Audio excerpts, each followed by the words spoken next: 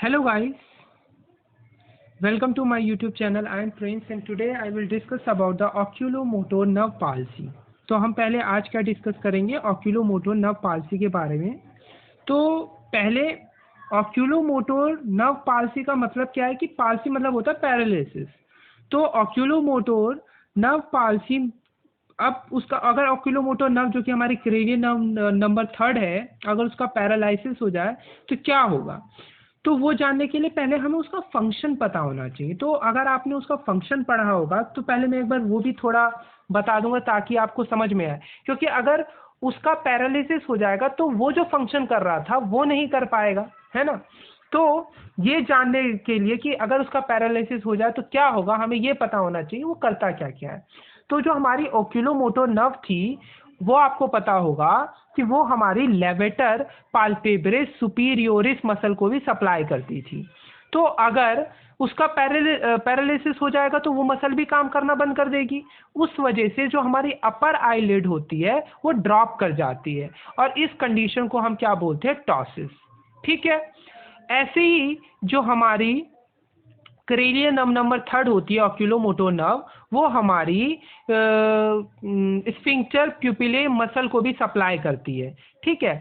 इस वजह से अगर क्रेनियल नंबर 3 जो हमारी क्रेनियल नर्व है नंबर 3 जो कि हमारी ओक्यूलोमोटर नर्व है, अगर उसका पैरालिसिस हो जाएगा तो ये जो हमारी स्फिंक्टर प्यूपिले मसल है वो अपना काम नहीं कर पाएगी। इस वजह से डायलिटेशन ऑफ प्यूपिल हो जाएगा due to paralysis of parasympathetic fibres of this sphincter pupillae muscle.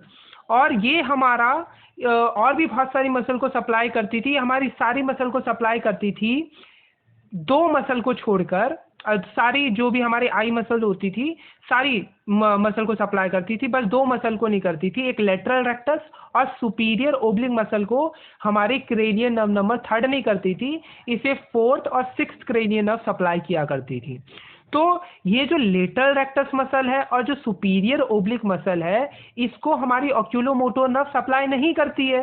तो ये जो दो मसल है ये तो अपना काम करती रहेंगी, बट इसके अलावा जो और हमारी आई मसल थी वो हमारी काम करना बंद कर देंगी। इस वजह से हमारा क्या होता है कि eyeball gets turn downwards and laterally due to unopposed action of lateral rectus and superior oblique muscle।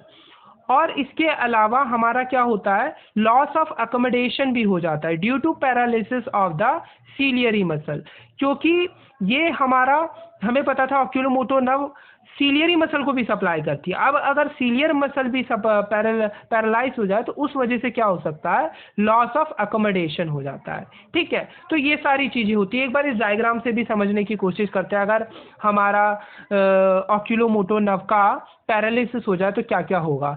Wrinkled forehead, raised eyebrow, dropping of eyelid, dilatation of pupil, downward abducted eye. ठीक है। तो ये सारी चीज़ें हो जाएंगी। एक बार हम थियोरेटिकली भी देख लेते हैं। तो अगर complete and total paralysis of the 3rd nerve result in the ptosis, that is dropping of the upper eyelid, lateral squint। lateral squint का मतलब होता है भेंगापन। ठीक है। तो वो चीज आ जाती है। तो lateral squint, dilatation of pupil, loss of accommodation, slight proptosis, that is forward projection of eye, diplopia और डबल विजन। तो इसी के साथ हमारा ये वाला टॉपिक भी खत्म होता है। मिलते हैं ऐसी ही एक नई वीडियो के साथ, तब तक खुश रहें, मस्त रहें। जय हिंद। Thank you.